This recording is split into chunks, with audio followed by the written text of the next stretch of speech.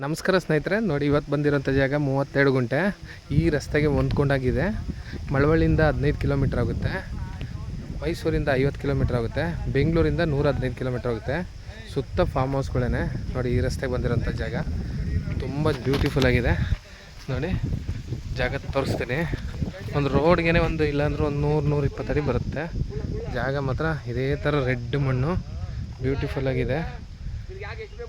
ನೋಡಿ ಅಕ್ಕಪಕ್ಕ ಎಲ್ಲ ತೆಂಗಿನ ತೋಟಗಳು, ಒಳ್ಳೆ ಮಣ್ಣಂತೂ ತುಂಬ ಚೆನ್ನಾಗಿದೆ.